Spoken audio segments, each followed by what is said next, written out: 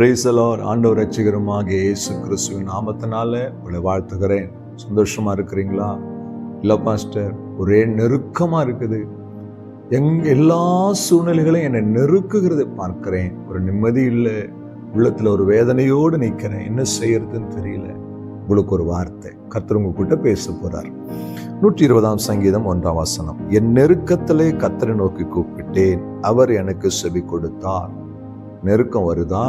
குடும்பத்துல போராட்டங்கள் உங்களை நெருக்குதா? வியாதி உங்களை நெருக்குதா? கடன் பிரச்சனை உங்களை நெருக்குதா?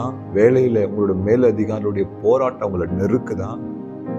மனுஷனை தேடி ஓடாதீங்க, அவரை நோக்கி கூப்பிடுங்க.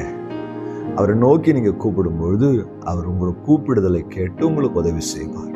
ஊழியத்தின் பாதையில மனிதர்கள் மூலமாய் நெருக்கங்கள் வரும், கேலி கிண்டல்கள் வரும், நம்மளை ஏளனமா பார்ப்பாங்க, உதாசீனப்படுத்துவாங்க, இவனா ஒரு ஆளா நினைப்பாங்க. எதையும் காது கொடுத்து கேட்கக்கூடாது. இந்த நெருக்கத்தெல்லாம் தேவ சமூகத்துல வச்சு, ஆண்டவரே எல்லாவற்றையும் நீர் பார்த்து கொள்ளும் என்று ஜெபிப்பேன். கர்த்தர் அந்த நெருக்கத்தை எல்லாம் மாற்றுவார். பண தேவைகள் வரும், நெருக்கம், தேவ சமூகத்துல ஜெபிப்பேன், கர்த்தர் ஒத்தாசை அனுப்புவார். என் அன்பு தெய்வ பிள்ளையே, நெருக்கத்தின் மத்தியில இருக்கிற உங்களை ஒரு நாள் கர்த்தர் விசாலத்திலே கொண்டு வந்து வைப்பார். இந்த நெருக்கம் உங்களுக்கு டெம்பரவரி தான், ஆனால் விசாலம் தான் உங்களுக்கு நிரந்தரமானது, எனக்கு நிரந்தரமானது. சத்தியம் உங்களுக்கு புரியுதா?